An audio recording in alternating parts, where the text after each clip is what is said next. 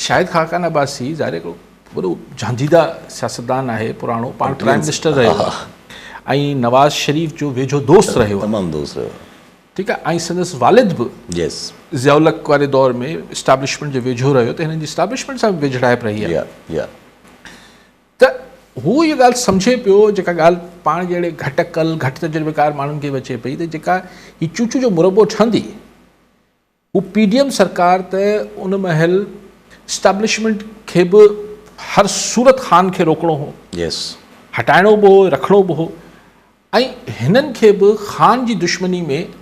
ही जुड़िया रहिया, छाकाणि ताज़ो ताज़ो ख़ान मां जान छुटी, हिननि खे ख़ान ते बाहियूं जाम हुयूं ऐं राइटली सो, ठीकु बाहियूं हुयूं। पर हाणे त हिकिड़ो बेज़रर शइ थी वई न ख़ान। त हाणे जॾहिं नवाज़ ऐं हिकिड़ो फैक्टर इहो आहे त जॾहिं ही हुकूमत जे चमक में सभु गॾिजी त पवंदा, हिननि खे गॾायो वेंदो, पर जीअं जीअं वक़्तु गुज़रंदो ऐं अगरि नवाज़ शरीफ़ हुनखे हेड करे पियो, त मियां नवाज़ शरीफ़ साहिब सां जेके मुंहिंजी 2-4 मुलाक़ात, जेतिरो आउं सम्झां थो मियां साहिब खे परे खां वेही, त मियां साहिबु हिकिड़े हद ताईं शयुनि खे बर्दाश्त कंदो, न त पोइ हू चवंदो त माई वे और हाई वे, मुंहिंजी ॻाल्हि मञो न त हलो हलो।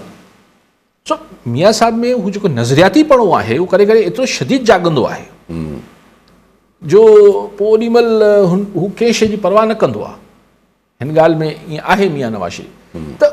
खाकान अब्बासी इन ई आधार ते चए पियो त मियां नवाज़ शरीफ़ अगरि प्राइम मिनिस्टर थियो ऐं ज़ाहिर आहे प्राइम मिनिस्टर थींदो हिननि बैसाखियुनि ते,